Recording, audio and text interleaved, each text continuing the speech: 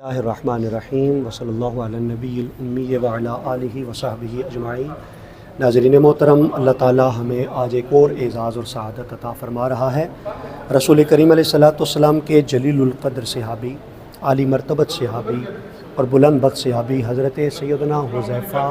بن یمان رضی اللہ تعالی عنہ کے مرقد منور، آپ کے مزار پر انوار اور آپ کے روضہ منورہ پر اللہ تعالی ہمیں حاضری کی توفیق عطا فرما رہا ہے۔ آپ حضرت حذیفہ بن یمان کی قبر انور کی اس وقت زیارت کر رہے ہیں۔ بلا شبہ یہ بہت بڑا اعزاز ہے جو اللہ ہم سب کو عطا فرما رہا ہے۔ یہ آپ کی قبر انور ہے جو جالیوں سے اندر کا منظر اس وقت آپ ملاحظہ فرما رہے ہیں۔ حضرت حذیفہ بن یمان رضی اللہ تعالی عنہ، آپ بھی رسول کریم علیہ تحیۃ و ثنا کے جو مسافر صحابہ تھے ان میں سے حضرت حذیفہ بن یمان بھی ایک ہیں۔ آپ کا تعلق یمن کے ساتھ تھا، اور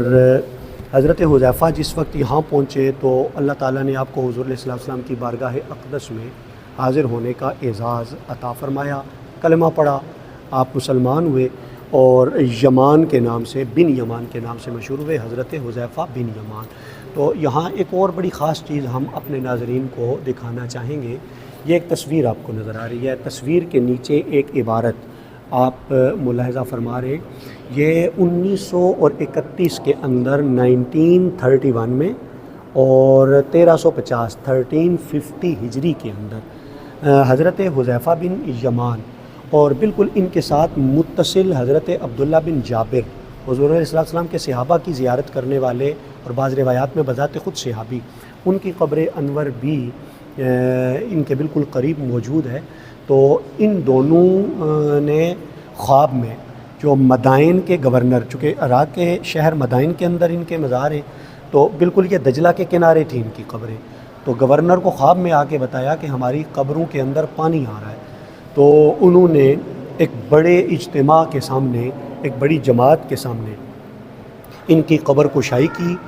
تو صدیاں گزرنے کے بعد 1931 کا مطلب ہوا کہ کم و بیش 1300 سال گزر جانے کے باوجود، 1300 سال ان کے اجسام مقدسہ، ان کے اجساد مقدسہ بالکل محفوظ تھے، صحیح سلامت تھے، اور ہزاروں لوگوں نے حضور علیہ السلام کے ان عالی قدر اصحاب کی زیارت کا شرف اور اعزاز بھی حاصل کیا۔ یہاں یہ بات بھی سمجھ آتی ہے اور ہمیں سمجھ آنی چاہیے کہ یہ حضور کے جوڑے اور نالین اٹھانے والے ہیں۔ حضور کی زیارت کا شرف پا کر یہ منصب صحابیت پر فائز ہوئے۔ اگر حضور کے جوڑے اٹھانے والوں کا یہ مقام اور مرتبہ ہے کہ 1350 سال بعد بھی ان کے اجساد سلامت ہیں، تو بذات خود تاجدار انبیاء صلی اللہ علیہ وآلہ وسلم کا مقام اور مرتبہ کیا ہوگا۔ حضور علیہ السلام کی وہ حدیث مبارک بہت اچھے طریقے سے سمجھ میں آ جاتی ہے۔ اگر ہمیں تھوڑا سا فرصت ملے، ٹائم ملے، ہم اگر جرح و تعدیل کرنے والوں سے ہٹ کے اور ترازو سے ہٹ کے اگر ہم زمینی حقائق کی روشنی میں ہم دیکھنا چاہیں تو اس حدیث کی ایتھنٹسٹی اور اس کی صحت پر ایمان کامل ہو جاتا ہے، جو حضور نے فرمایا تھا کہ ان اللہ حرم علی الارض ان تاکل اجساد الانبیاء، اللہ نے زمین پر حرام کر دیا ہے کہ وہ انبیاء کرام کے اجساد کو نقصان پہنچا سکے۔ انبیاء تو بہت بلند بالا، بلند مقام ہستیاں ہیں، ان کے غلاموں کا مقام اور مرتبہ یہ ہے کہ 1350 سال بعد بھی ان کے اجساد مبارک سلامت رہے۔ آپ ایک مرتبہ پھر آپ کی قبر انور کی زیارت کریں گے، ساتھ ایک مختصر سا تعارف آپ کا یہ بھی پیش کرتا چلوں۔ حضرت حذیفہ بن یمان حضور علیہ السلام کے وہ عالی قدر صحابی ہیں جو اس حدیث کے راوی ہیں، جس میں حضور علیہ السلام نے حضرت امام حسن اور حضرت امام حسین علیہم السلام کی جنت کی سیادت کی بات کی، اور سیدہ زہرا بطول سلام اللہ علیہا کی جنتی خواتین اور عورتوں کے سردار ہونے کی بات کی۔ ہوا کچھ یوں کہ حضرت حذیفہ بن یمان رضی اللہ تعالی عنہ ارشاد فرماتے ہیں کہ ایک دن میری والدہ نے مجھ سے پوچھا کہ اے حذیفہ، کتنے دن ہو گئے تمہیں حضور علیہ السلام کی بارگاہ میں حاضر ہوئے ہوئے؟ یہ قدمین والی جانب ہے آپ کے مرقد منور کی، یہاں سے آپ مکمل پوری مرقد مبارک کی زیارت کر سکتے ہیں۔ تو ان کی والدہ نے پوچھا کتنے دن ہو گئے تم نہیں گئے؟ تو فرماتے ہیں میں نے جتنا وقت ہوا تھا، ظاہرہ وقت کافی ہو گیا تھا، تو میں نے عرض کی، تو میری والدہ نے مجھے ڈانٹ ڈپٹ کی، کوسا کہ اتنے دن تم نے لگا دیے حضور کی بارگاہ میں حاضر، آپ نہیں ہوئے۔ تو حضرت حذیفہ فرماتے ہیں کہ میں نے عرض کی کہ امی جان آپ خفا نہ ہوں، انشاءاللہ تعالیٰ میں آج ہی نماز مغرب حضور علیہ الصلاۃ والسلام کے قدموں میں ادا کروں گا، تو وہاں جا کے میں اپنے لیے بھی اور آپ کے لیے بھی دعائے مغفرت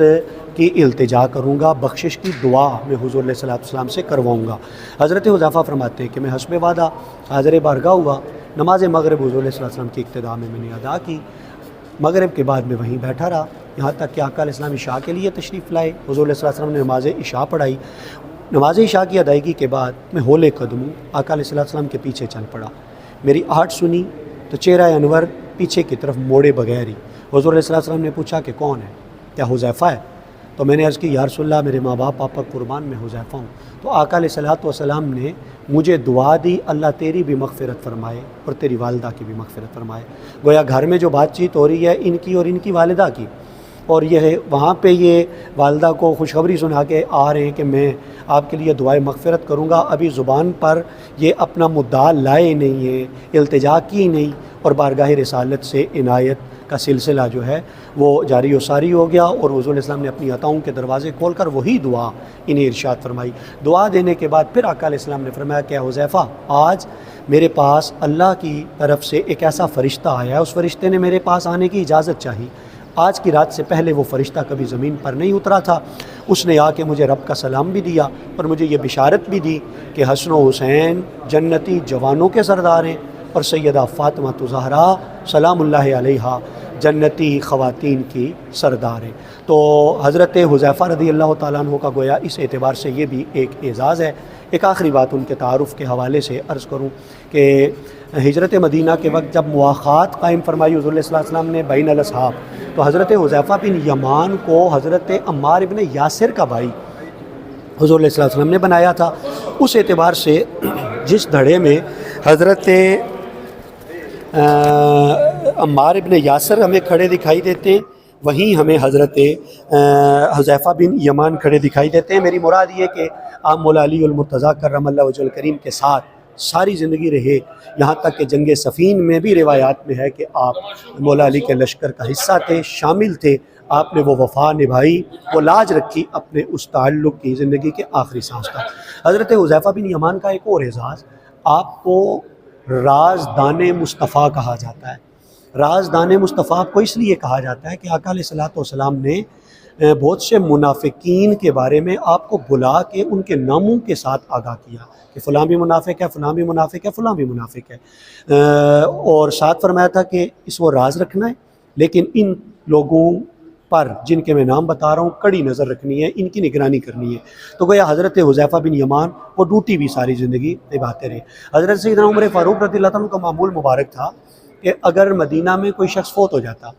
تو آپ اپنے خادم کو بھیجتے، جاؤ دیکھو کیا اس کے جنازے میں حذیفہ شریک ہیں، اگر حذیفہ شریک ہوتے تو حضرت عمر بھی اس جنازے میں شریک ہوتے، اگر حذیفہ نہ آتے تو حضرت عمر بھی اس جنازے میں شرکت نہ کرتے۔ ان سے کسی نے پوچھا سبب،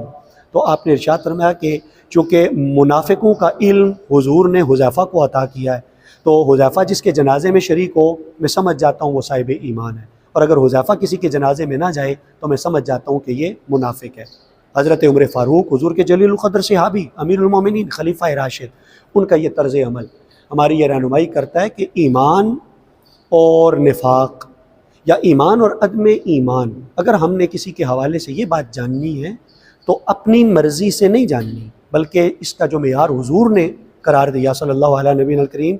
اس معیار پر اس بات کو ہم نے پرکھنا ہے۔ تو آج اگر ہمارے دور میں ہم اگر پرکھنا چاہیں تو حضرت حذیفہ بن یمان تو تشریف فرما نہیں ہے، ان کے تو آپ مرقد منور کی زیارت کر رہے ہیں، تو حضرت حذیفہ نہیں ہے، سوال ہے ہمیں کیسے پتہ چلے؟ تو آقا علیہ السلام نے ہمارے لیے بھی تو آسان کر دیا ہے کہ حضور نے مولا علی کو، جو حضرت حذیفہ کے بھی فکری امام ہے، حضرت عمار بن یاسر کے بھی فکری امام ہے، حضرت سلمان فارسی کے بھی فکری امام ہے، تو آل حق کے قیامت تک کے لیے فکری امام ہے، حضور نے ان کی ذات کو معیار حق، معیار ایمان قرار دیا اور کہا کہ یا علی لا یحبک الا مؤمن ولا یبغضک الا منافق۔ یہ معیار ہے، یہ ترازو ہے، اسی پر ہم نے پرکھنا ہے کسی کے ایمان کو بھی اور کسی کے عدم ایمان کو بھی۔ اللہ تعالیٰ ان عالی قدر ہستیوں کے نقوش قدم کے مطابق ہم سب کو زندگی بسر کرنے کی توفیق عطا فرمائے، اور اللہ رب العزت ہم سب کو حق اور سچ کی راہوں پر استقامت عطا فرمائے۔